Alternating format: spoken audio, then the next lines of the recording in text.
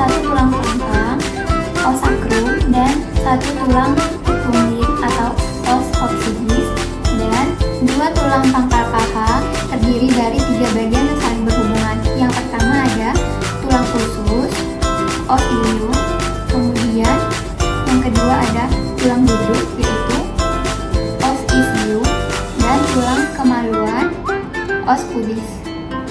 Batas atas tulang usus yang memiliki pinggiran yang tebal ini disebut dengan crista iliaca. Nah, di depan crista iliaca ini ada tonjolan yang dinamakan dengan sias, spina iliaca anterior superior.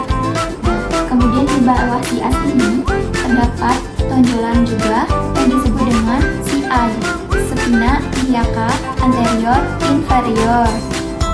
Nah, di belakang crista iliaca terdapat tonjolan juga yang dinamakan dengan sich, spina iliaca posterior. Di bawah sich terdapat sipi, spina iliaca posterior inferior.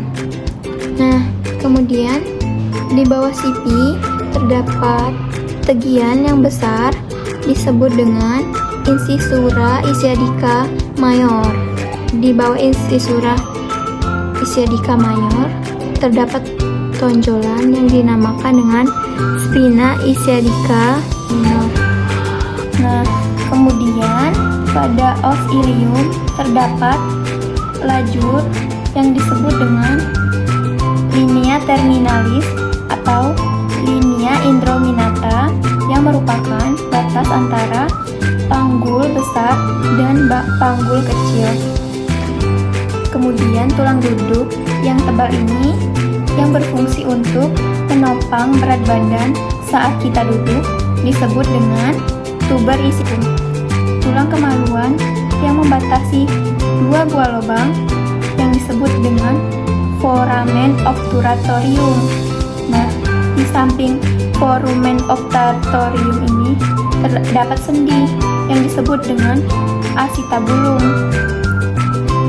Tulang kemaluan yang berhubungan dengan tulang usus disebut dengan ramus superior ossus pubis.